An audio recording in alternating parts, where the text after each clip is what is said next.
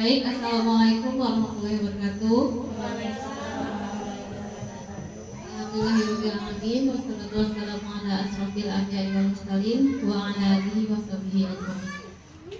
Yang pertama, marilah kita panjatkan puji syukur kehadirat Allah karena senantiasa memberikan kita rahmat kesehatan sehingga kita dapat berkumpul di kegiatan berbagi aksi nyata ini.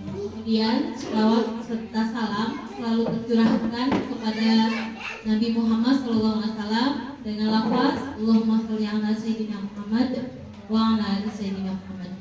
Baik, yang terhormat Bapak Kepala Sekolah yang mewakili, kemudian rekan-rekan majelis guru dari SDN 42-8. Terima kasih saya ucapkan karena sudah memberikan kesempatan kepada saya untuk berbagi aksi nyata di sekolah Bapak Ibu sekalian. Baik Bapak Ibu, perkenalkan saya Lestari. Saya dari SMA Negeri 13 Tebo. Di sini saya sebagai calon guru penggerak angkatan 11. Jadi berbagi aksi nyata ini adalah tugas dari modul 1.4 tentang budaya positif Bapak Ibu. Nah, ini slogan guru penggerak. Jadi tergerak, bergerak, dan menggerakkan. Baik Bapak Ibu, sebelum kita mulai kegiatan, supaya kegiatannya berjalan dengan hati yang gembira, saya meminta izin kepada Bapak Ibu untuk bersedia senyum selama 30 detik. 30 detik saja. 1, 2, 3. Senyum dulu. Boleh? Nah, ya. Oke, selesai Bapak Ibu. Jadi ini adalah sugesti positif kita untuk mengawali semua kegiatan. Baik Bapak Ibu, sebelum diseminasi aksi nyata ini, izinkan saya menyampaikan kesepakatan dalam forum diseminasi. Ini yang dari saya, menghargai pendapat orang lain, kemudian menjadi pendengar yang baik. Mungkin dari Bapak Ibu, apa kira-kira kesepakatan untuk beberapa jam kemudian ini, Bapak Ibu? Dari Bapak Ibu, mungkin kesepakatan kelas bahasanya.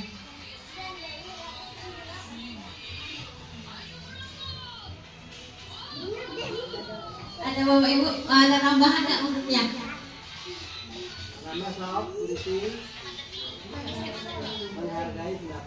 Ya, dalam diskusi maksudnya Pak.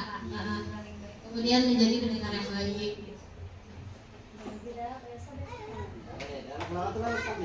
Ada Bapak Ibu? Jika tidak ada, kita lanjut saja. Ya, baik Bapak Ibu. Nah, jadi seorang guru yang baik harus memiliki kemampuan dalam mewujudkan budaya positif di sekolah.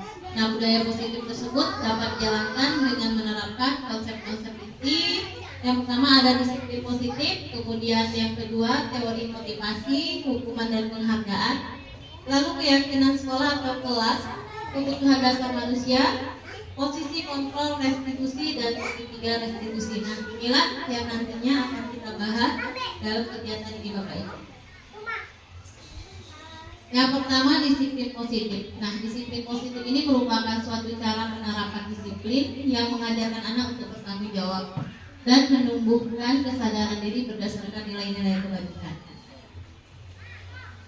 Kemudian disiplin positif lebih ke arah disiplin diri yang dapat mengontrol diri dalam melakukan segala tindakan. Jadi Bapak Ibu, disiplin positif ini maksudnya makanya sosialisasinya kepada guru supaya nantinya guru bisa mengarahkan siswanya untuk disiplin secara sadar. Jadi bukan kita lagi yang harus inilah setiap pagi harus suruh-suruh terus seperti itu maksudnya Bapak Ibu. Kemudian disiplin diri dapat membuat murid memahami dan menyadari berdasarkan motivasi internal, bukan akibat paksaan. Ini maksud saya tadi, ada kesadaran diri dari anak untuk datang tepat waktu, kemudian ada kesadaran diri dari anak untuk mengambil sampah. Kebetulan kemarin ketika pagi saya datang ke sini, anak-anak yang masuk sebagian ada yang dengan sadar, sebagian memang diarahkan oleh guru untuk mengambil sampah. Kemudian ada juga bukan karena paksaan atau pujian, jadi dia tidak mengharap pujian dari guru yang mengambil sampah, tapi atas kesadaran dirinya. Nah, jadi disiplin positif tadi dia bermuara pada karakter Pancasila, dan bertakwa, mandiri, berkebinekaan global, gotong royong, kreatif, serta bernalar. Nah ini tentang disiplin positif Bapak Ibu. Kemudian ada teori motivasi, hukuman dan penghargaan. Jadi di sekolah itu kita pasti harus memotivasi anak. Selain dari memotivasi anak, berarti kan motivasi eksternal dari kita harus bisa menumbuhkan bagaimana motivasi dari dalam diri anak itu tumbuh. Kemudian ada teori hukuman dan penghargaan. Nah yang pertama ada 3 motivasi yang mendorong manusia itu untuk melakukan suatu tindakan atau perilaku. Yang pertama karena untuk menghindari ketidaknyamanan atau untuk menghindari hukuman. Yang kedua karena untuk mendapatkan imbalan atau penghargaan dari orang lain. Misalnya untuk mendapatkan pujian dari orang lain. Jadi melakukan sesuatu bukan karena kita yang ingin, tapi karena kita pengen dipuji. Ya.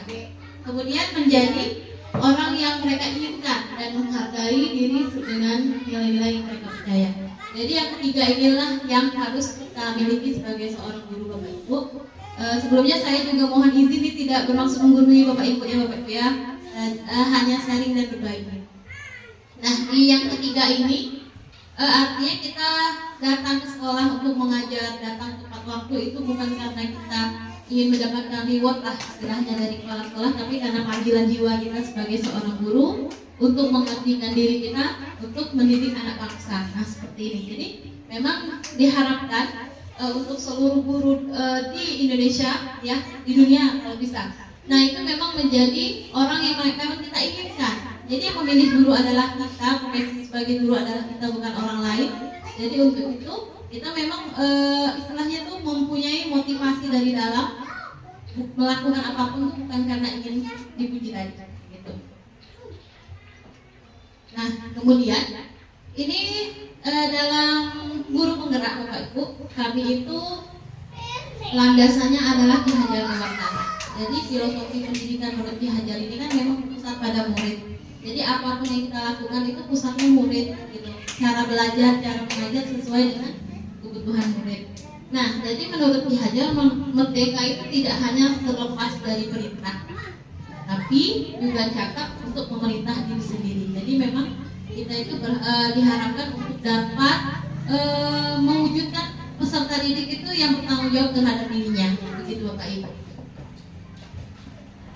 Selanjutnya, ternyata Bapak Ibu setelah saya belajar di guru penggerak ini, hukuman bahkan penghargaan itu dianggap sebagai hukuman. Nah, jadi di sini adalah dihukum oleh penghargaan. Nah, bahwa penghargaan berlaku yang dengan hukuman, ya, penghargaan berlaku sama dengan hukuman. Dalam arti meminta atau membujuk seseorang melakukan sesuatu untuk memenuhi suatu tujuan tertentu dari orang yang meminta. Nah, dorongannya eksternal dan akan ada, tetapi ketergantungan. Jadi maksudnya gini Bapak Ibu, misalnya kita minta anak, ayo siapa yang berani di depan, nanti ibu kasih hadiah. Nah anak akan termotivasi karena hadiah tadi. Ya jadi besoknya lagi kita mulai lagi, ayo siapa lagi, kemarin si A udah dapat hadiah, hari ini siapa yang mau dapat hadiah. Anak termotivasi. Nah tapi ketika hadiah tidak kita tawarkan, maka motivasi tadi akan turun. Jadi ternyata memang penghargaan seperti itu Bapak Ibu tidak efektif ternyata. Nah kemudian di sini ada nih penghargaan ini berpengaruh dalam jangka pendek dan jangka panjang. Nah jangka pendek tadi mungkin kita hanya sekali memberikan hadiah kepada anak yang istilahnya bisa menjawab soal. Nah jangka panjang ini kalau kita selalu mengulang-ulang, jadi mereka terbiasa mau ikut sesuatu karena hadiah tadi, hadiah tadi. Lalu penghargaan hukum. Ini maksudnya Bapak Ibu ketika kita anggaplah memuji satu orang di kelas tersebut, ya pintar sekali si A saja yang disebut. Ternyata akan memunculkan seperti rasa iri dari teman-teman si A pada si A. Si A terus yang dipuji. Padahal maksud kita supaya teman-teman lain tadi kan iya ikut, bisa termotivasi. Ternyata tidak. Ternyata bisa memberikan penghargaan untuk si A tadi, memberikan hukuman kepada yang lain yang tidak kita sebutkan namanya. Kemudian penghargaan mengurangi ketepatan. Nah ini maksud saya tadi, seandainya tidak ada penghargaan maka tidak ada motivasi anak yang untuk menjawab tadi. Lalu penghargaan tidak efektif ini sama Bapak Ibu. Penghargaan merusak hubungan. Ini maksudnya kalau karena anak si A tadi kita puji, akhirnya dia ada masalah sama temannya karena temannya merasa kamu tuh yang anaknya itu enggak, aku tidak disebut. Nah itu tadi merusak hubungan. Selanjutnya dihukum oleh penghargaan juga, penghargaan menurunkan kualitas. Ini yang pertama tadi, penghargaan mematikan kreativitas. Jadi kadang-kala mungkin anak SD di kelas atas lah yang kreativitasnya udah mulai muncul. Nah kadang-kadang kalau tidak ada lomba itu anak-anak tidak termotivasi untuk ikut, misalnya bikin lomba masak atau apa. Sering kan di SD ada kegiatan lomba gitu. Nah kalau tidak ada hadiah, anak biasanya tidak tergerak untuk ikut. Itu yang mematikan kreativitas. Lalu penghargaan mengurangi motivasi intrinsik tadi. Jadi hadiah, reward, ujian yang kita berikan kepada anak itu ternyata motivasinya dari luar saja, dari kita sebagai seorang guru, bukan itu dari anak. Lalu bagaimana cara kita supaya memberikan penghargaan itu tepat guna? Nanti Bapak Ibu bentuk program kebajikan atau apresiasi. Nah dalam memberikan apresiasi atau pengakuan serta pujian, kita perlu mengingat beberapa hal. Misalnya anak itu menurut kita kalau tidak dipuji dia akan menurun. Bisa kita panggil secara individu Bapak Ibu. Jadi beri pengakuan secara khusus. Kemudian beri pengakuan secara pribadi, beri pengakuan kepada murid. Semua bergantian. Jadi pas belajar Bapak Ibu yang mesti gitu. Jadi Bapak misalnya yang tadi terlambat datang akhirnya biasanya dia tepat waktu, terima kasih kepada si A udah datang tepat waktu. Tapi semuanya harus dapat hari itu, begitu Bapak Ibu. Ternyata seperti itu. Lalu beri pengakuan secara konsisten. Nah kalau memang kita sering memuji siswa-siswa kita saat belajar, itu terus dilakukan untuk memunculkan motivasi intrinsik anak dari dalam. Lalu fokus pada proses. Nah, jadi memang dalam memberikan penghargaan kita harus melihat proses anak. Jadi maksudnya ada nggak usaha anak itu untuk menulis? Mungkin kalau di SD di tingkat bawah masih proses belajar menulisnya, ada nggak usahanya begitu. Jadi Bapak Ibu untuk hukuman itu ternyata ada dua macam, begitu bentuknya. Ada bentuknya hukuman, ada bentuknya konsekuensi. Jadi yang hukuman ini kita sesuatu yang menyakitkan harus terjadi pada anak. Jadi hukuman ini tiba-tiba kita lakukan. Misalnya kalau kami di SMA itu anak terlambat langsung disuruh pungut sampah. Kalau pelaksanaannya tidak atas sepengetahuan anak, itu namanya hukuman. Maksudnya gini Pak, misalnya anak terlambat kita kasih inilah dulu, kenapa terlambat, ditanya gitu alasannya apa, besok nggak boleh terlambat ya. Kalau besok terlambat, yang harus kamu lakukan pungut sampah Bu. Berarti besoknya kalau dia terlambat kita tinggal menanyakan, nah kemarin apa janjinya sama ibu, seperti itu boleh. Ada konsekuensi nama. Jadi konsekuensi itu sebelumnya kita sudah membuat kesepakatan pada si anak gitu, pada murid kita, tidak dengan secara tiba-tiba begitu. Kemudian hukuman ini membuat anak sakit fisik maupun psikis untuk jangka waktu yang lama. Tapi konsekuensi itu hanya memberikan anak merasa tidak nyaman pada saat itu juga. Jadi dalam jangka pendek. Nah dalam jangka panjang ini seperti misalnya kita menyuruh dia keliling lapangan pakai inilah tulisan saya terlambat keliling lapangan, itu kan memberikan efek ini ya Bapak Ibu yang malu gitu. Jadi anak itu kalau malu dia akan teringat sepanjang kehidupannya gitu. Lalu di sini anak akan membencikan kedisiplinan karena ketika melakukan pelanggaran di sekolah ternyata harus dihukum terus. Akhirnya anak menganggap paling kaget disuruh push up, paling kaget disuruh di WC misalnya kalau di sekolah ada seperti itu. Jadi anak itu menganggap peraturan sekolah itu untuk dilanggar jadinya, bukan untuk diikuti gitu. Nah kemudian kalau kita menerapkan konsekuensi yang timbul dalam pikiran anak akan menghargai disiplin. Karena konsekuensi atau apa yang harus dilakukan sebagai pengganti pelanggarannya itu dia yang memilih sendiri. Misalnya kita mengarahkan kalau dia terlambat, tapi ini saya rasa sulit untuk diterapkan di sekolah dasar karena memang masa bermainnya lebih besar. Misalnya kalau terlambat anak 20 menit, dia akan menggantikan keterlambatannya, artinya teman lagi istirahat, dia di kelas. Misalnya menggantikan dengan apa? Menulis pembelajaran yang tertinggal tadi. Nah, seperti itu boleh Bapak Ibu. Tapi kalau misalnya kita menghukum secara fisik, lari itu tidak dibenarkan lagi. Ini kita lewatkan saja Bapak Ibu. Ini masih seperti tadi Bapak Ibu. Nah, Bapak Ibu saya ingin bertanya. Ini ada tindakan guru kemudian hukuman atau konsekuensi. Misalnya kita meminta anak mencatat 100 kali di dalam buku kalimat saya tidak akan terlambat lagi karena terlambat ke sekolah. Jadi anak datang terlambat sekolah, kita suruh nulis 100 kalimat saya tidak akan datang terlambat lagi. Nah, kira-kira itu masuk ke hukuman atau konsekuensi Bapak Ibu? Konsekuensi atau hukuman? Biasanya kita melakukan ini secara langsung hari itu juga atau pernah sebelumnya disampaikan ke siswa? Kalau sebelumnya sudah disampaikan. Kalau sebelumnya sudah disampaikan, siswa masih melanggar, berarti oke. Lalu lari mengelilingi lapangan, mengelilingi lapangan di sekolah sebanyak 2 kali karena terlambat juga.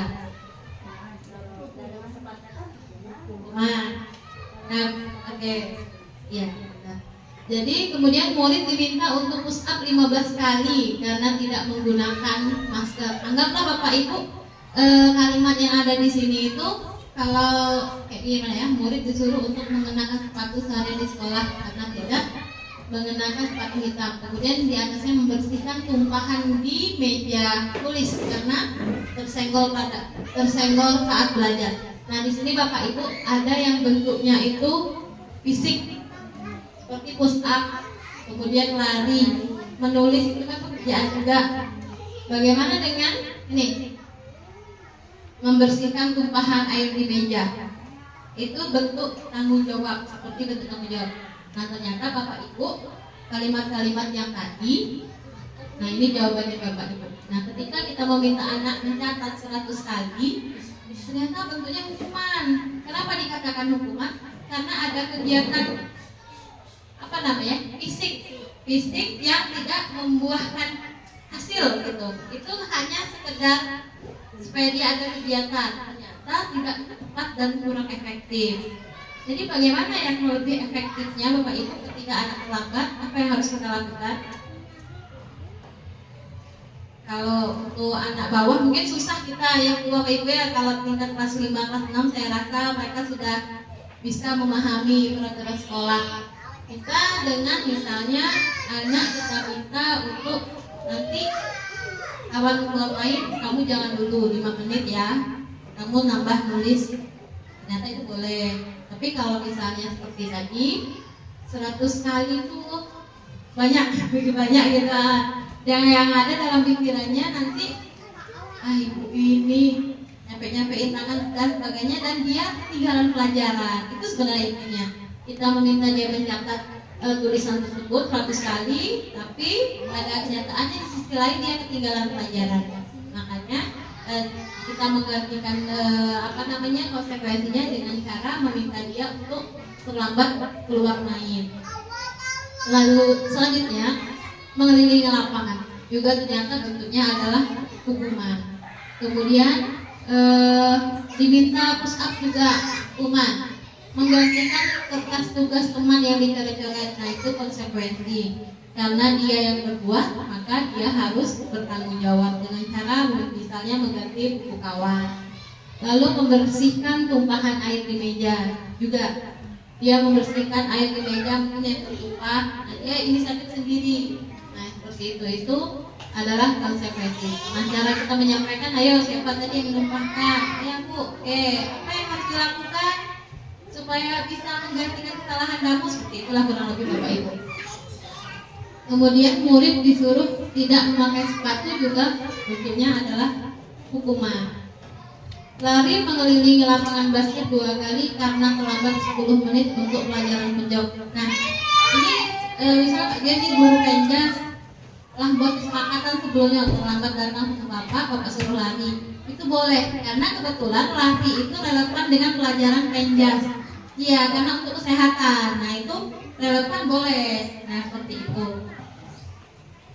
Ini tentang hukuman, motivasi dan penghargaan. Bapak Ibu, untuk tema ini Bapak Ibu ada pertanyaan atau tanggapan? Bapak Ibu boleh silakan. Oke, boleh Pak.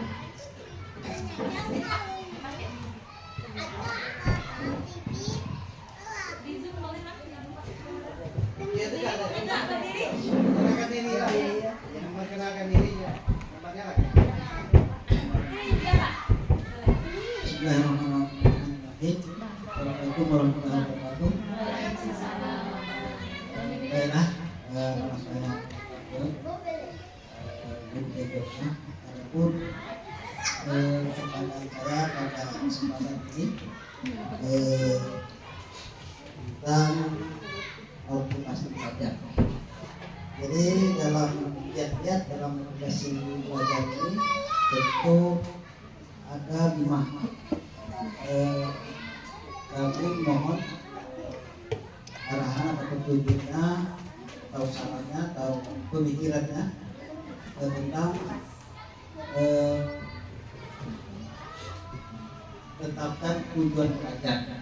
Jadi dalam 5 ini ada pertama kiat motivasi belajar ini ada 5.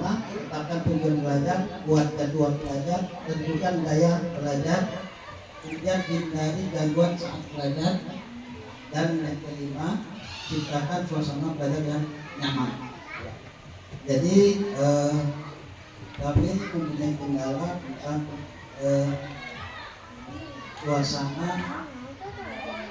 belajar yang nyaman. Jadi pada Ibu Lestari mohon untuk memberikan pemikiran atau kiat-kiat sharing dalam kendala kami di sekolah Istiqamah. Demikian, terima kasih. Assalamualaikum warahmatullahi wabarakatuh. Terima kasih Pak Radion. Pertanyaan yang sangat luar biasa tentang bagaimana cara menciptakan suasana belajar yang nyaman. Ya Bapak Ibu, sama-sama kita ketahui anak kita itu beragam. Kalau di sini mungkin satu desa gitu. Kemudian dalam suku pun satu. Nah, bagaimana kalau kita menjumpai anak dengan keberagaman yang sangat heterogen? Bapak Ibu pasti tahulah karakter anaknya masing-masing di kelas bagaimana. Nah, apalagi guru kelas. Guru kelas itu dari pagi sampai siang, dari hari Senin sampai hari Sabtu. Itu sangat mungkin kita kalau bosan kita nggak boleh bosan melihat anak. Kita nggak mungkin bosan terhadap anak. Tapi bagaimana cara kita supaya anak nyaman belajar dengan kita? Salah satunya adalah menggunakan media pembelajaran yang menarik Bapak Ibu. Apalagi sekarang sekolah misalnya sudah menyediakan infocus. Nah, itu kita harus manfaatkan karena anak-anak walaupun tingkat SD itu biasanya audiovisualnya apa yang dia lihat dan apa yang dia dengar secara bersamaan itu akan lengket dibandingkan dengan kita hanya sekedar menulis atau meminta anak menulis pakai buku paket. Nah, mungkin Bapak menggunakan media pembelajaran yang lebih menarik. Apalagi sekarang kita sama-sama kenal dengan Canva. Canva itu banyak animasi, kemudian banyak pembelajaran, kemudian di Canva ada AI juga. Dimana kalau kita mau cari materi pembelajaran yang menarik, misalnya dengan bercerita atau dengan menulis pantun itu bisa langsung muncul gitu. Nah, jadi kita manfaatkan teknologi yang ada Bapak. Kemudian buat tempat duduk kelas itu bisa dengan letter yang berbeda-beda. Misalnya seperti ini kan ada ke depan atau letter U atau letter O. Pokoknya memvariasikannya terserah Bapak, terserah Ibu sesuai dengan karakter anak kita. Yang anak-anak yang seperti sering ribut, mungkin posisinya bisa kita geser ke depan gitu, atau yang paling dekat dengan kita, dengan kiri dan kanan kita. Anak-anak yang suka nyanyi-nyanyi, kadang kan anak tuh lagi nulis, anak-anak nyanyi, ketok-ketok meja. Nah, yang anak-anak seperti ini bisa kita prioritaskan untuk berada di dekat kita. Nah, kemudian selanjutnya, kalau menurut pengalaman saya, kalau kami di SMA itu ada tes gaya belajar. Jadi Bapak Ibu kalau misalnya mau itu bisa dites gaya belajar anaknya, ada angket. Jadi nanti bisa lihat ada kinestetik, ada yang lebih ke audio, kemudian ada yang lebih ke visual. Nah, kalau kita sudah tahu gaya belajar anak, kita bisa mengelompokkan dia satu kelompok yang suka menggambar. Itu biasanya kinestetik, suka istilahnya ada pekerjaan lah gitu. Suka membuat karya, kita satukan.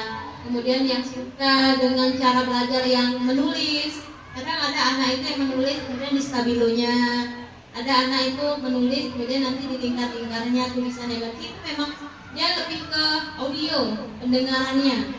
Kalau visual tadi dia biasanya belajar dengan melihat ke depan, seperti menonton. Kegiatan menonton makanya tadi saya bilang menggunakan pembelajaran yang inovatif, media pembelajaran, bisa PPT, bisa lewat film. Sekarang kan kita bisa mengakses apapun di PMM. Jadi banyak kegiatan-kegiatan yang bisa kita modifikasi, kita ATM lah, adopsi, tiru dan modifikasi untuk di sekolah kita. Demikian Bapak. Ada tanggapan mungkin Bapak? Boleh. Boleh Bapak. Ini lagi Pak. Iyalah.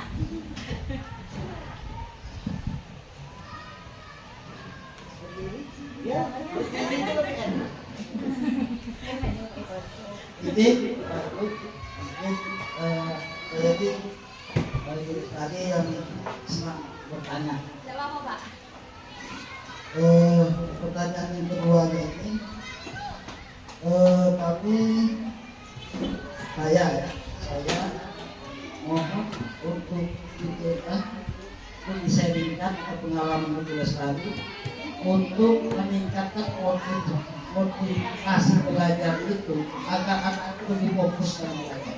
Jadi mungkin bertugas tadi punya pengalaman apa mungkin yang belum kami ketahui oleh Bapak Ibu Guru tentang motivasi belajar agar lebih fokus, karena anak-anak ini kadang memang saya melihat fokusnya memang agak kurang, entah apa yang dipikirkan dan kita tidak tahu. Jadi demikian dulu tadi. Ada satu lagi ya. Boleh Pak. Boleh. Boleh. Saya bukan menguji, memang bertanya. Iya Pak, benar. Makin banyak. Jadi yang kedua tentang hukuman tadi. Ada hukuman itu ada dua. Ada jenis hukuman, ada jenis konsekuensi. Nah, jadi dalam hukuman itu tadi Ibu Ustaz jelaskan bahwasanya menulis lebih banyak itu disebut dengan hukuman fisik, ya, sejenis fisik, artinya melelahkan, membuat anak menjadi jenuh dan tidak manfaat. Jadi mungkin bisa dijelaskan lagi bagaimana sebaiknya jenis hukuman ini yang sesuai dengan anak sekolah dasar. Jadi demikian kali ada dua pertanyaan. Sekali lagi saya tidak memuji, tapi memang minta sharing atau berbagi pengalaman. Demikian. Assalamualaikum warahmatullahi wabarakatuh. Terima kasih Bapak. Mungkin Bapak Ibu ada yang mau menanggapi dulu sebelum saya menanggapi? Ibu. Ya, izin Bapak Ibu ya. Jadi memang motivasi ini ada dua macam. Ada motivasi dari dalam, intrinsik, artinya dari dalam jiwa anak, dan ada motivasi dari luar. Nah, jangankan untuk meningkatkan motivasi anak SD, anak SMA yang sudah istilahnya dewasa itu saja susah Pak. Jadi caranya bagaimana? Kita adakan kerjasama dengan orang tua dari rumah. Jadi mungkin di pas mereka kelas 10 atau pas kenaikan kelas ada semacam rapat gitu, atau di situ kita menyampaikan motivasi anak ini harus kita gugah dari luar, artinya kita dorong dari luar dulu supaya dia bangkit dari dalam. Caranya ya orang tua tadi, orang tua yang lebih berperan. Karena apa? Karena masa anak-anak itu, anak SD, kita cuma dari jam 7.30 sampai jam 12, selebihnya orang tuanya yang menguasai dia. Nah, kadang orang tua zaman sekarang bukan jauh-jauh lah, seperti saya dengan anak saya sudah kasih HP. Sebenarnya ini salah sekali. Nah, inilah yang akan merusak motivasi intrinsik anak, HP. Ada waktu senggang anak memilih main HP. Padahal kalau zaman dulu kita banyak permainan, main kasti, main ladang, kita ada main sambar kalau nama anak-anak kan.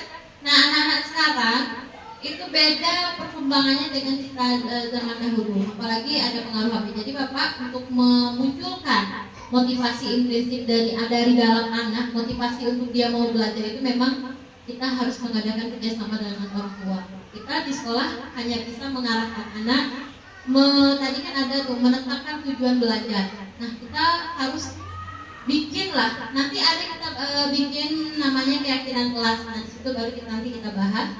Nah, di sini kita ke anak-anak kelas. Jadi kita sebagai guru kelas itu punya kesepakatan tentang apa tujuan pembelajaran, apa tujuan anak-anak sekolah, seperti itu. Belajar Bu, paling itu jawaban paling sederhana dan paling cepat lah gitu. Belajar Bu. Nah, untuk apa belajar? Jadi kita hanya sekedar mengarahkan, cuma bisa mengarahkan dari luar Bapak. Jadi mengarahkan, oh ini belajar untuk ini, kamu punya cita-cita untuk ini, hanya seperti itu. Yang paling besar pengaruhnya adalah orang tua.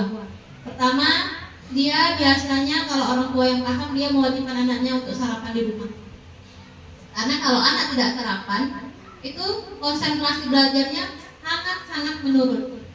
Itu sangat penting. Kadang ada anak ini kalau saya sarapan Bu, saya sakit perut. Kadang ada orang tua yang ngasih uang, jadi nanti pas belum masuk kelas makan dulu.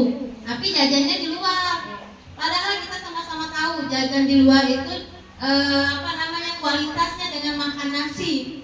Walaupun cuma sambalnya telur, itu beda, sangat beda. Jadi memang itu tadi Pak, kita berilah seperti kalau di SMA itu kami sering ngadain parenting. Jadi parenting itu Bu, kita ngundang orang tua, kita ngundang ini kayak psikolog gitulah, kayak orang yang memang ahli, bukan kita. Karena kalau kita guru yang langsung ngasih tahu ke anaknya, apalagi kita sedusun, kita dianggap kurang ajar nih ya gitu, baru jadi guru ini pasti kita dianggap gitu.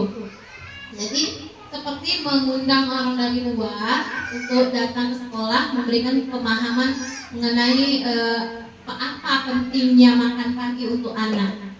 Kemudian bagaimana cara membangunkan anak. Kadang orang tua itu ada, termasuklah kakak saya sendiri kadang membangunkan anaknya udah jam 7 baru dibangunkan.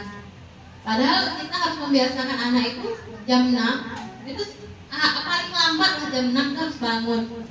Karena memang motivasi itu dibentuk dari rumah.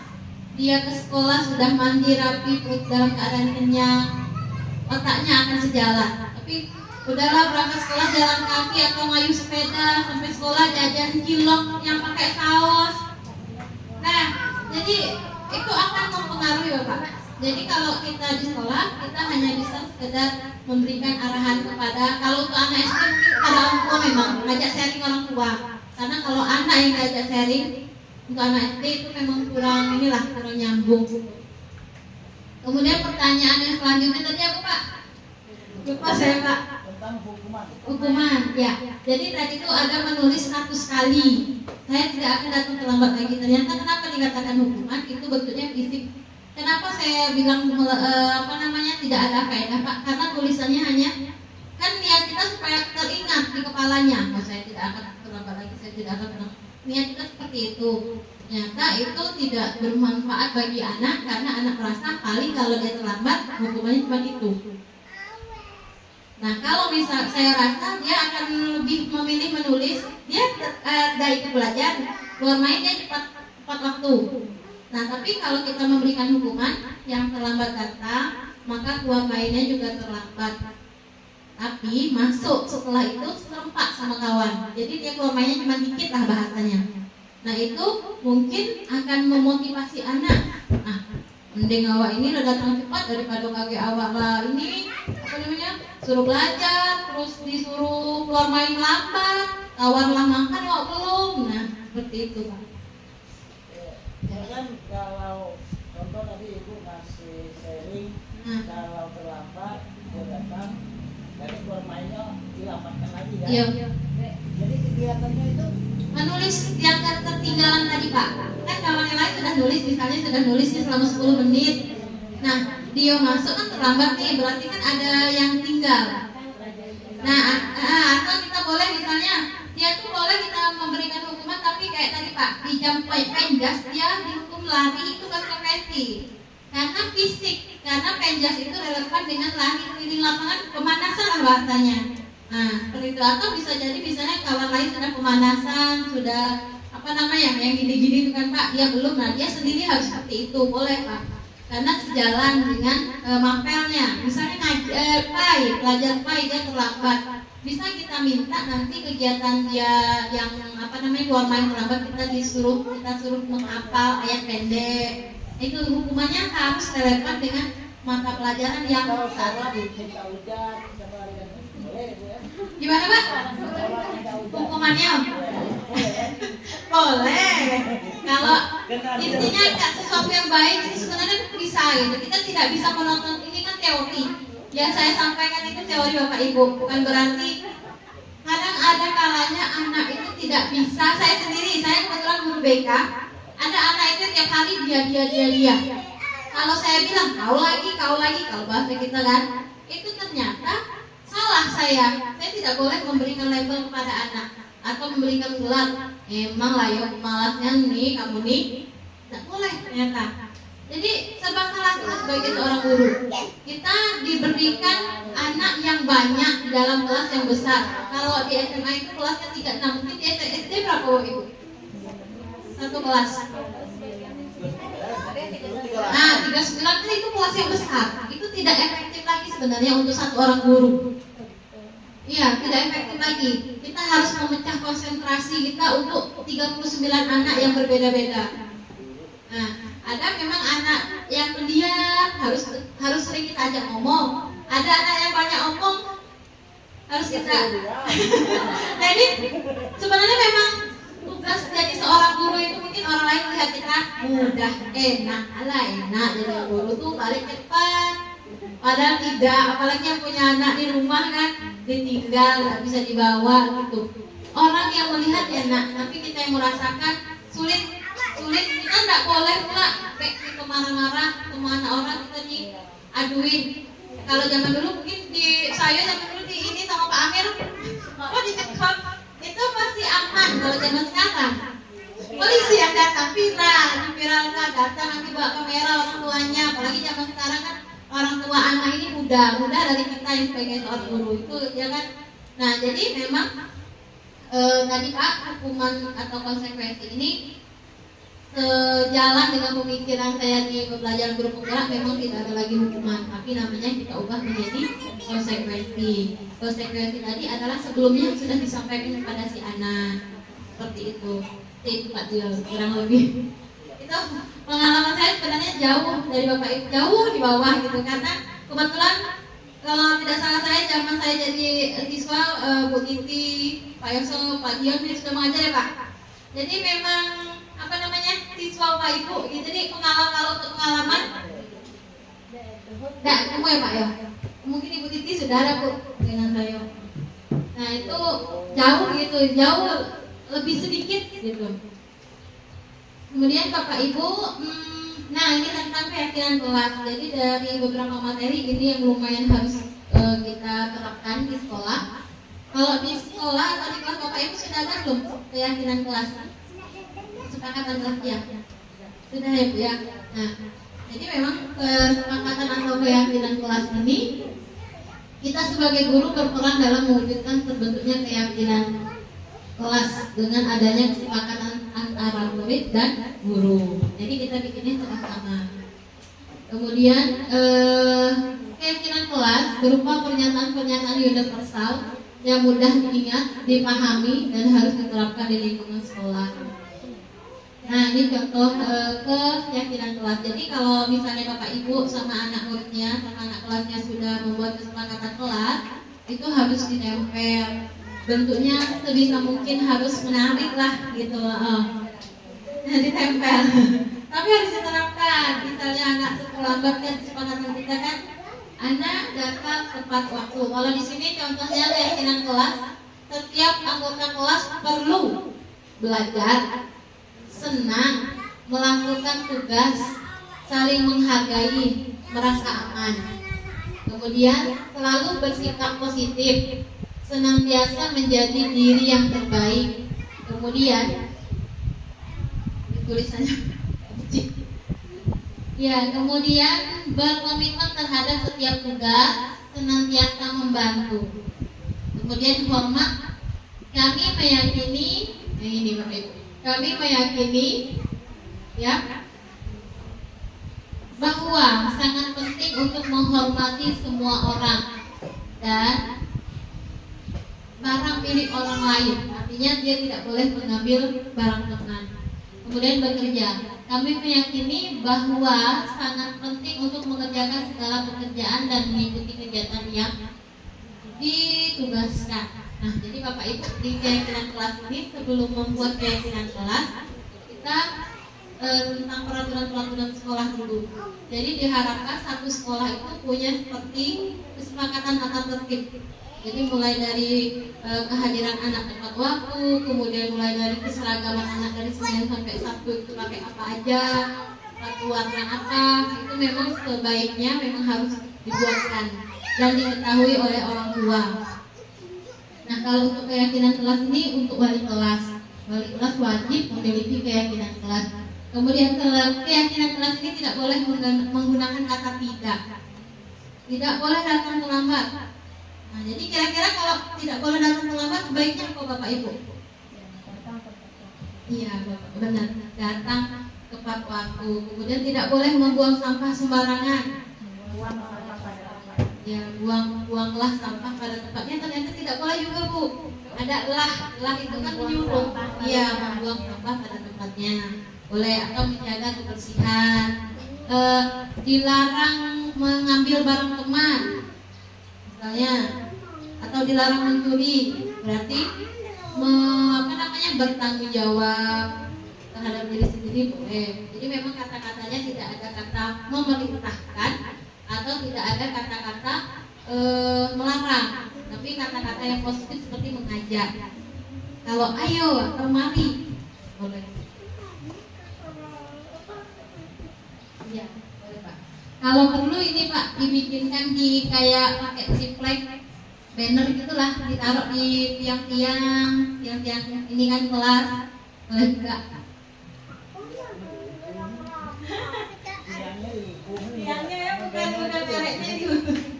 Nah, jadi Bapak Ibu ada lagi kebutuhan dasar manusia. Jadi Bapak Ibu, ketika seorang murid melakukan suatu perbuatan yang bertentangan dengan nilai-nilai kebajikan atau melanggar peraturan, hal itu sebenarnya dikarenakan mereka gagal memenuhi kebutuhan dasar manusia. Nah, kebutuhan dasar manusia itu ada yang pertama untuk bertahan hidup, kemudian kasih sayang dan rasa diterima, ada penguasaan, kebebasan dan kesenangan. Bapak Ibu, ini ada contoh kasus. Ibu Zulaika, guru wali kelas 6, sedang bingung menghadapi ulah salah satu murid di kelasnya yang bernama Tommy. Nah, beberapa anak telah mengeluhkan Tommy yang seringkali meminta bekal makan siang kepada temannya. Nah, makan siang dengan paksa kepada temannya. Jika Bapak Ibu menghadapi suatu situasi seperti Ibu Zulaika, kira-kira apa yang akan Bapak Ibu lakukan? Kemudian menurut Bapak Ibu alasan si Tommy ini meminta makanan temannya secara paksa itu apa? Pak, itu saya pengen dengar suara Bapak. Dengar baik. Dengar baik. Mohon. Begini Bu,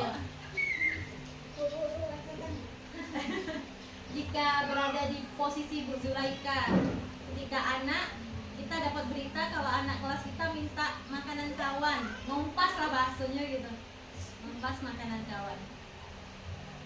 Mungkin ibu berdiri. Ya, terima kasih Sulu ya. Kalau misalnya saya ada di posisi Ibu Zulaika, yang pertama yang harus dilakukan menyelidiki dulu si Doninya itu, Tommy ya. Nah, cari dulu latar belakang keluarga Tommy itu seperti apa. Siapa tahu memang apa namanya dari keluarga yang seperti apa kan. Siapa tahu di rumah tidak diberikan orang beca atau seperti apa itu, maka dia apa nih? Ya, minta makan dari kawannya. Lebih ke selidiki si Tommy-nya dulu. Terus cari tahu juga kalau misalnya kalau bertanya langsung ke Tommy mungkin kan agak susah gitu. Nah, cari tahunya itu sama orang-orang terdekat. Saya teman-temannya yang rumahnya lebih dekat, tetangga atau seperti itu. Terima kasih. Terima kasih Ibu. Ya, saya sependapat dengan Ibu. Memang kita kalau mau mencari tahu harus diselidiki dulu. Tidak boleh langsung menuduh dan bahasanya. Ya. Nah, oke, ini alasan yang pertama.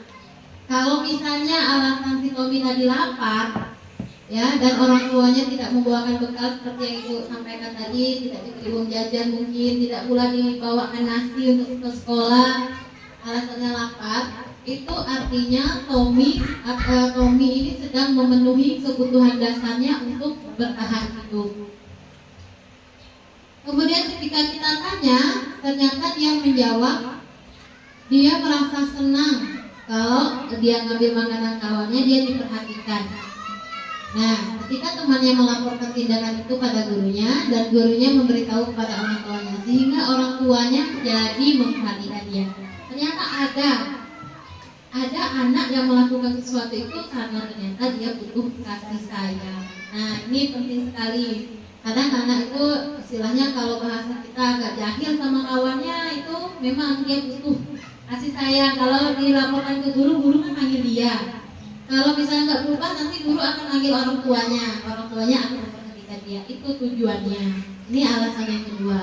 Kemudian misalnya kita tanya, ternyata alasan Tommy ini karena temannya jadi takut dengan dia dan menuruti keinginan dia. Istilahnya baga, supaya dia dianggap takut banget nih preman nih. Nah, dia penguasa, berarti dia sedang memenuhi kebutuhan kekuasaan. Kalau alasan yang keempat, dia merasa bosan dengan bekal makanan dibawakan ibunya dari rumah. Kemudian karena ibunya selalu membawakan bekal yang sama, oleh karena itu dia ingin mencoba makanan teman-temannya yang beraneka ragam. Maka Tommy ini sedang memenuhi kebutuhan kebebasan. Dia ingin bebas dari masakan ibunya yang itu aja gitu. Mungkin kurang bervariasi lah masakan yang dibawakan oleh ibunya ini tadi. Selanjutnya alasan yang kelima, dia melakukannya karena iseng saja dan dia menikmati ekspresi wajah teman-temannya yang kesal. Kadang ada nih anak cewek yang digangguin nangis atau menjerit-jerit. Kadang ada anak itu memang yang cuma nyagil kawannya untuk nengok kawannya marah. Nah ya, itu artinya si Tommy ini sedang memenuhi kebutuhan, yaitu yang kesenangan tadi. Seperti itu Bapak Ibu. Nah oke Bapak Ibu, untuk kebutuhan dasar saya rasa ini sudah sangat jelas Bapak ya. Bukan untuk anak saja, untuk kita juga. Ini ada posisi kontrol guru. Nah, di sini ada guru sebagai penghukum, guru sebagai pembuat rasa bersalah, guru sebagai teman, guru sebagai pemantau, dan guru sebagai manajer. Nah, yang guru sebagai manajer inilah yang diharapkan untuk semua guru harus memiliki itu. Oke. Ada sedikit video Bapak Ibu.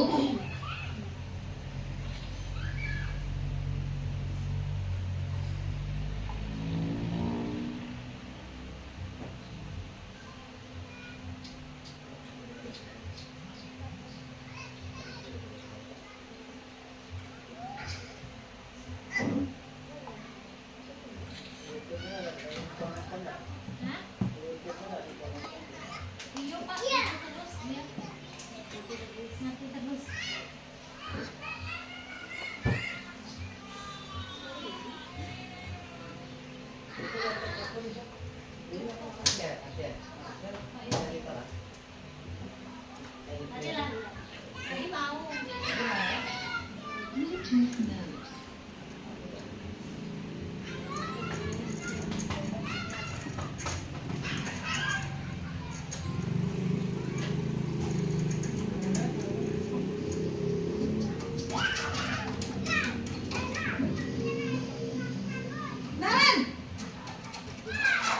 sini kamu.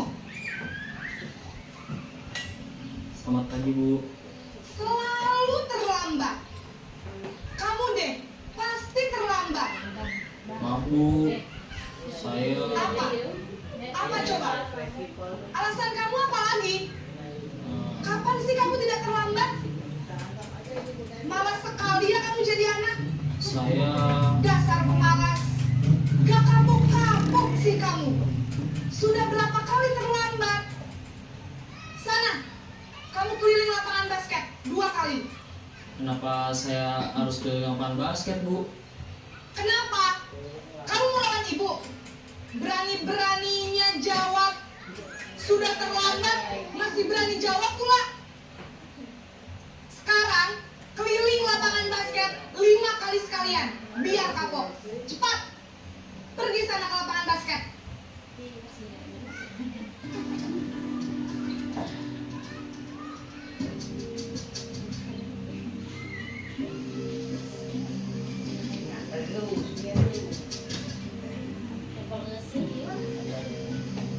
Naren, Tidak lagi terlambat. Selamat pagi, Bu. Naren. Kamu kenapa terlambat lagi, nak? Ya Tuhan, Naren. Kamu senang ya bikin ibu susah ya? Kalau kamu terlambat lagi, nanti ibu yang ditegur bapak kepala sekolah, nak. Disangka ibu tidak bisa membina kamu. Duh, gimana ini? Maaf, Bu. Duh, Gusti Naren. Kamu suka ya kalau ibu ditegur bapak kepala sekolah? Terus, sekarang ibu harus tulis apa ini di buku absen? Ini kamu sudah sering terlambat loh. Ibu harus apa coba? Maaf, Bu. Maaf sekali. Ya sudah, lain kali jangan bikin ibu susah lagi ya nak ya. Ibu tidak akan kuat lagi kalau kamu begini terus. Bisa jantungan kalau ibu ditegur bapak kepala sekolah. Sana cepat ke kelas. Maaf ya, Bu. Maaf sekali. Posisi pembuat rasa bersalah berbicara dengan nada terlebih.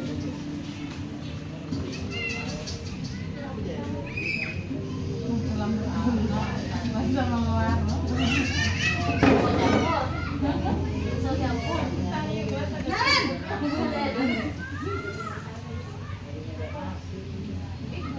Selamat pagi, Bu. wah, sudah jam berapa ini nak? Terlambat lagi ya sayang. Iya, Bu. Habis ibu saya lupa membawakan saya, Bu. Kamu larinya belum kamu. Kamu bukannya anak yang larinya paling kencang. Kok terlambat sih? Iya, Bu. Saya memang terlambat bangun tadi. Jadi, biarpun saya lari kencang, tetap gak kekejar, Bu. Ya sudah sana. Nanti lain kali larinya lebih kencang lagi ya. Biar gak terlambat lagi. Bikin seneng ibu. Demi ibu. Bisa kan? Bisa lah, Bu. Ya sudah sana masuk kelas. Ibu beresin urusan absen kamu. Kamu ini ada-ada saja.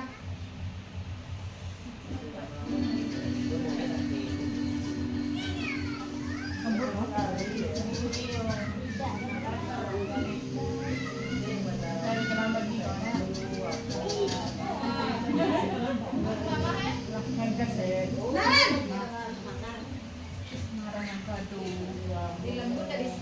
Selamat pagi, Bu. Naren, apa peraturan sekolah kita tentang jam berapa kita harus masuk sekolah, nak? Kita harus di sekolah jam 7, Bu. Iya betul, sekarang sudah jam 7.20. Naren sudah tahu konsekuensinya jika terlambat hadir. Paham, Bu. Saya harus tinggal kelas pas jam istirahat selama 20 menit. Iya benar, konsekuensinya demikian. Jadi nanti jam 9.30 pas istirahat, kamu harus tinggal di kelas, kerjakan tugas tambahan untuk ketertinggalan kamu, ya. Baik, Bu.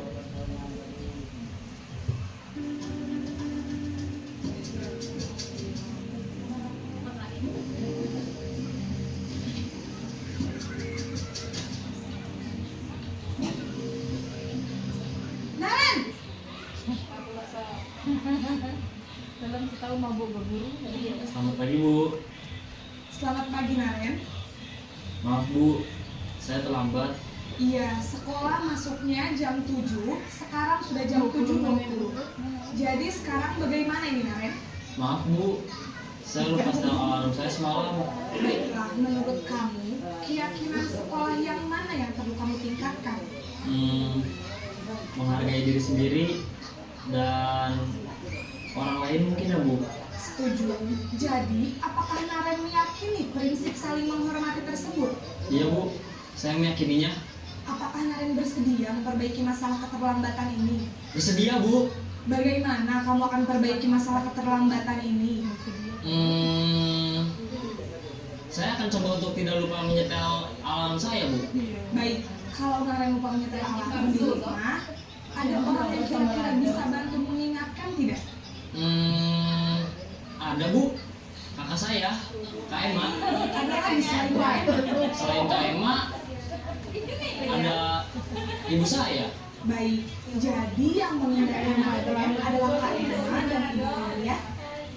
Kira-kira akan mulai setel alarm kapan ya Naren? Setelah pulang sekolah, akan segera saya lakukan. Baik, jadi Naren akan setel alarm untuk bangun besok pagi dan akan diingatkan oleh kakak dan ibu Naren ya. Ada lagi yang mungkin perlu dilakukan Naren agar tidak terlambat bangun lagi? Tidak ada, Bu. Baik Naren, terima kasih untuk kerjasama kamu. Sekarang kamu perlu kembali ke kelas untuk belajar. Baik, Bu. Terima kasih.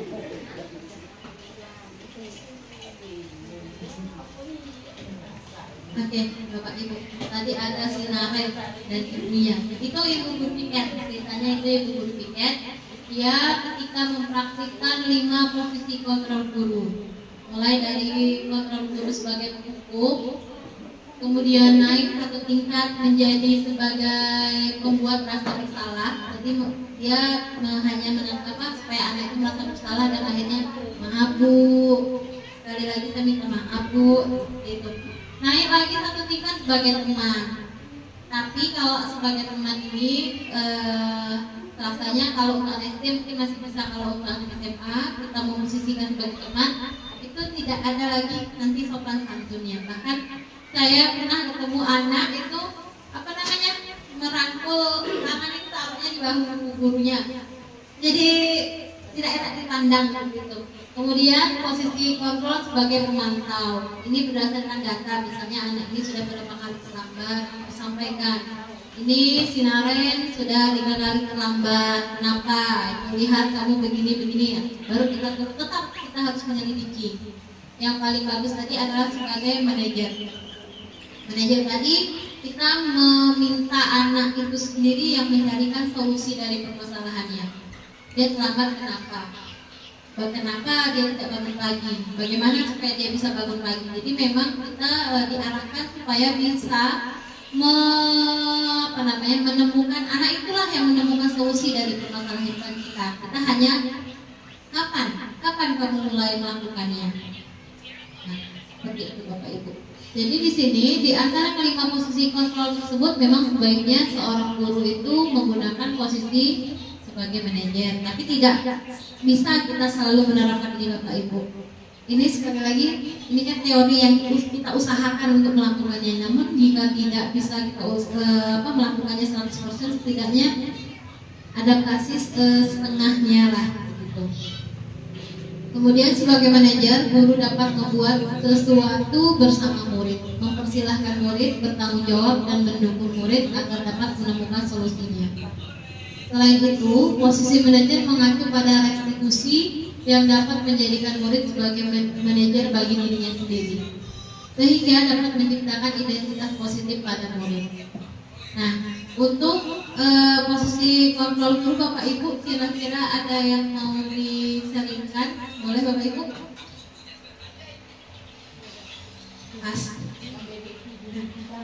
Nah, ini segitiga restitusi. Sebelumnya apakah Bapak Ibu sudah tidak asing dengan restitusi atau masih belum tahu? Jadi di profesi kita sebagai seorang guru, kita nanti akan diperkenalkan dengan namanya segitiga restitusi. Jadi restitusi ini adalah kegiatan yang dilakukan untuk melatih anak bertanggung jawab dengan kesalahan yang dia buat. Nah, ini nanti akan dijelaskan.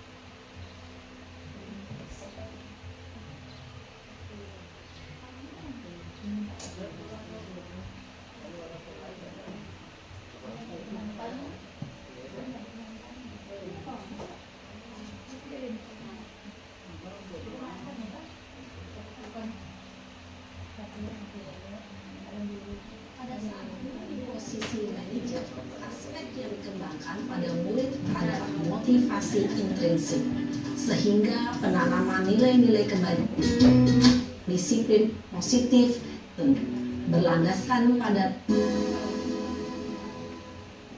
restitusi dikembangkan oleh pakar pendidikan Diane Gosson, berlandaskan pada teori kontrol Dr. William Glasser.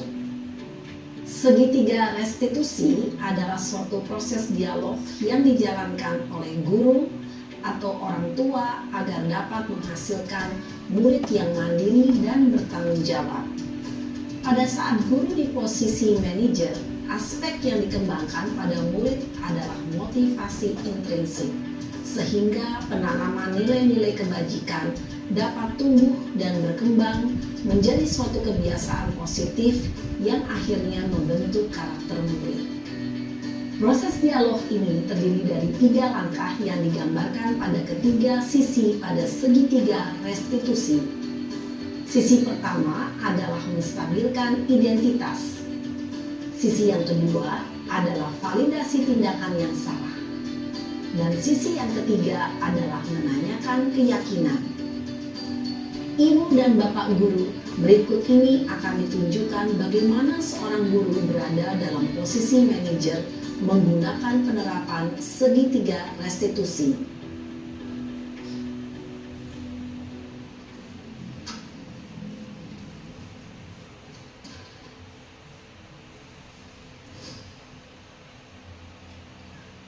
Siang Sarah.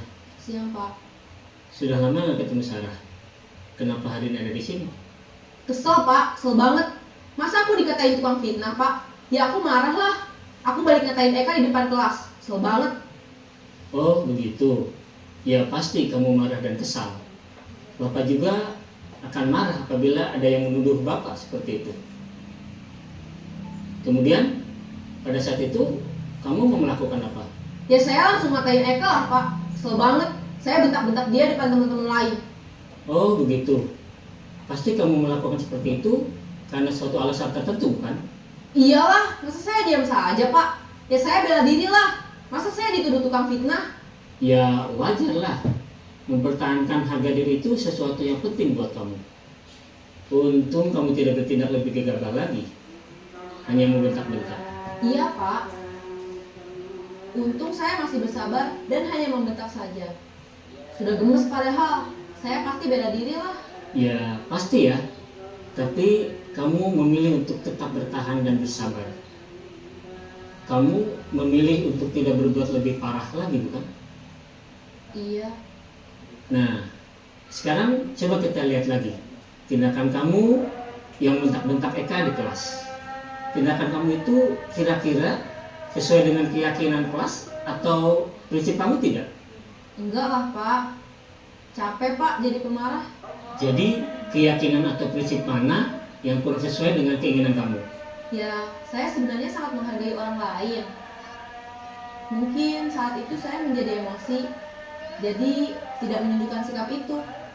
Kamu meyakini tidak? Menghargai orang lain itu penting buat kamu. Yakinlah Pak. Iya, setuju. Kita harus saling menghargai. Namun, ada juga keyakinan yang kita sepakati yang perlu kita jalankan apabila kita sedang marah, bukan? Ya, saya bisa lebih proaktif, mulai dengan diri sendiri. Saya bisa jadi lebih bersabar, mengambil waktu jeda untuk berpikir mau apa selanjutnya. Kira-kira kamu bersedia memperbaiki masalah ini tidak? Bersedia, Pak. Kalau kamu memperbaiki masalah ini, kamu akan menjadi orang seperti apa? Saya akan menjadi orang yang bertanggung jawab kali ya, Pak. Dan senantiasa proaktif. Iya, menurut kamu bagaimana rasanya menjadi orang seperti itu?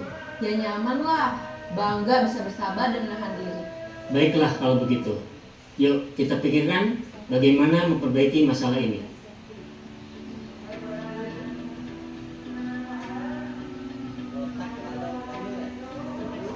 Ibu dan Bapak guru hebat. Baru saja kita menyaksikan contoh bagaimana seorang guru berada dalam posisi manajer menggunakan penerapan segitiga restitusi. Mari kita bahas satu persatu. Pada sisi pertama, menstabilkan identitas berdasarkan pada prinsip bahwa membuat kesalahan adalah bagian dari proses pembelajaran. Sisi pertama dari segitiga ini berperan menggeser identitas murid dari identitas gagal ke identitas sukses.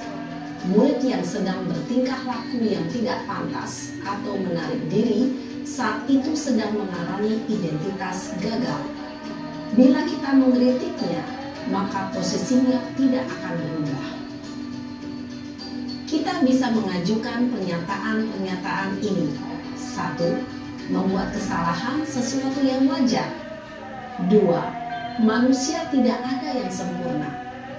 3. Kita bisa memperbaiki masalah ini.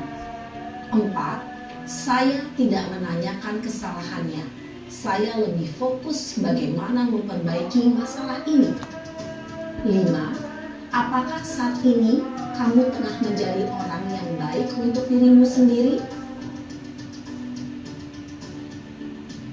Pada sisi kedua, validasi tindakan yang salah berlandaskan pada prinsip bahwa setiap perilaku berupaya memenuhi suatu kebutuhan tertentu.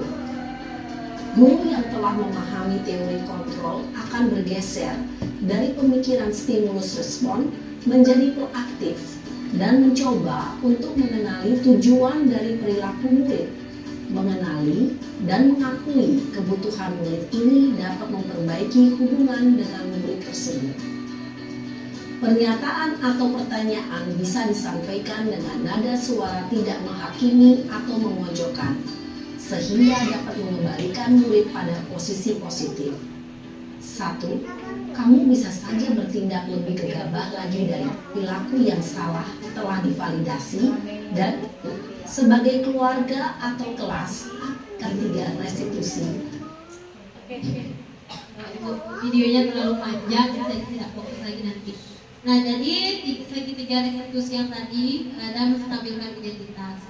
Jadi kalau anak misalnya berkelahi di sekolah, ya tidak boleh langsung memarah-marahi lah bahasanya.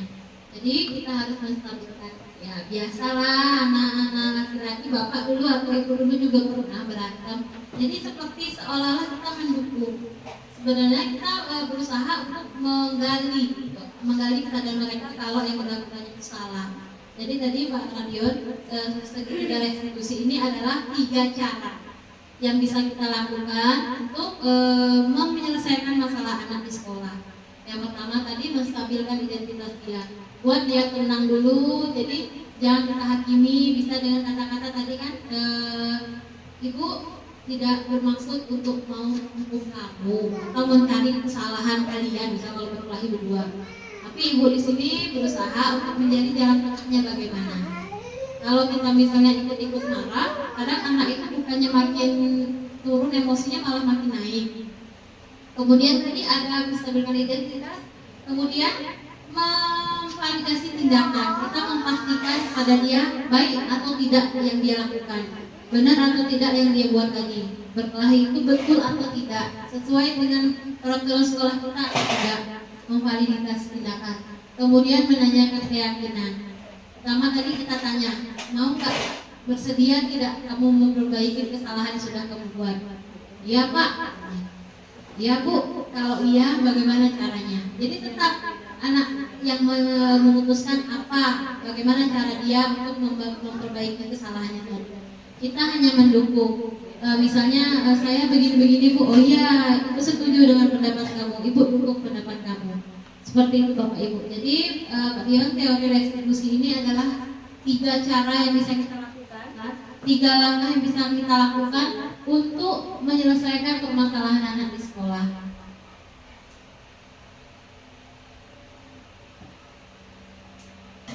Nih, tahapannya tadi.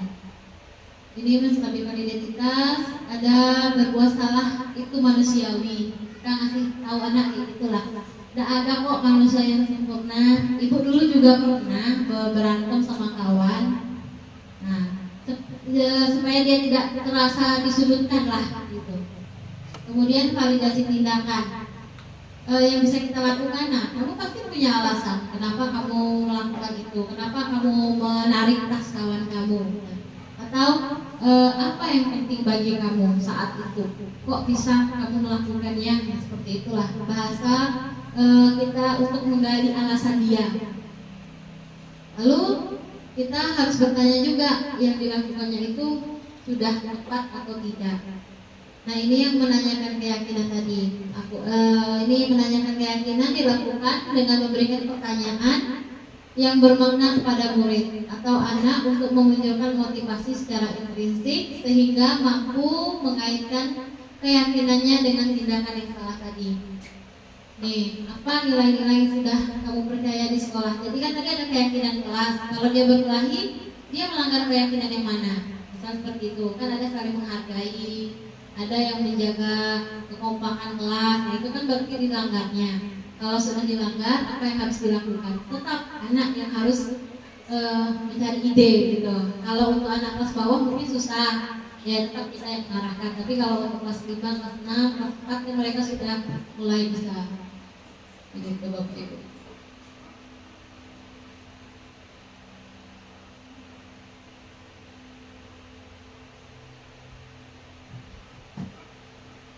Oke, Bapak Ibu, cukup sekian sharing saya hari ini. Saya mohon maaf apabila mengganggu waktu Bapak Ibu, terutama di jam sekolah. Kemudian mungkin bagi Bapak Ibu ada yang mau memberikan refleksi dari kegiatan kita hari ini, dipersilakan tanggapannya. Bapak Ibu yang mau memberikan refleksi, boleh Pak. Boleh video, kalau udah video. Asal dia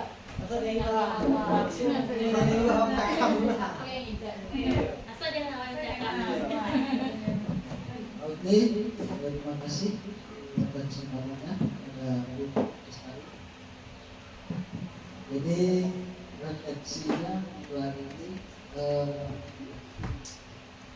sangat baik buat kami, ya, dengan adanya berbagi aksi nyata untuk 14 budaya positif ini. Mungkin dengan adanya berbagi sharing atau dalam aksi nyata ini kami termotivasi sekali dan mungkin lebih baik lagi. Tetapi ada satu hal mungkin Ibu Lestari, nuansa dan suasana di SMA dengan SD itu sangat berbeda. Mungkin ada kesamaan, mungkin satu atau dua jenis karakter kulit yang bisa dikatakan sama. Nah, jadi dengan adanya kesempatan untuk merefleksi ini, tentu kami mungkin bisa mengingat kembali bagaimana menjadi guru yang baik, guru yang hebat, tentu guru yang sangat bersabar. Jadi dalam kesempatan ini saya memberikan apresiasi dan terima kasih kami kepada Ibu Lestari telah berbagi dalam acara ini tentang budaya positif. Karena budaya positif ini anak SD sangat sulit untuk menjalankannya. Tentu kami sebagai guru itu bekerja keras dan tentu sifatnya berkesinambungan. Jadi terutama dalam budaya hidup bersih, ya. Masih banyak anak kami yang kurang kesadaran dalam membuang sampah pada tempatnya. Mungkin banyak kendala, mungkin tempat sampahnya itu mungkin minim. Kemudian sarana-sarana layak tempat membuang sampah itu mungkin yang kurang memadai, masih berserakan. Mungkin ini jadi catatan bagi kami guru, mungkin bagi manajemen sekolah untuk lebih baik lagi. Jadi sekali lagi terima kasih atas berbaginya termasuk nyata ini. Untuk kami juga mewakili teman-teman, mohon maaf mungkin ada sikap, tindakan maupun bahasa kami yang kurang benar. Jadi terima kasih, salam guru hebat. Dan Assalamualaikum warahmatullahi wabarakatuh. Bapak Ibu, mari kita bertepuk tangan untuk kita semua. Nanti kalau saya bilang bertepuk tangan untuk radio, ini yang lain. Ya, jadi terima kasih. Saya banyak terima kasih kepada Bapak Ibu, Guru Besar SDN 42 atas kesempatan yang sudah diizinkan kepada saya. Sekali lagi Bapak Ibu, saya tidak bermaksud untuk menggurui, namun hanya sekedar berbagi aksi nyata. Nah, Bapak Ibu, saya juga mohon maaf dan saya ucapkan terima kasih Pak Radian atas refleksinya. Saya mohon maaf apabila ada salah-salah kata. Kemudian langsung saja saya akhiri. Wassalamualaikum warahmatullahi wabarakatuh. Bapak Ibu izin foto bersama.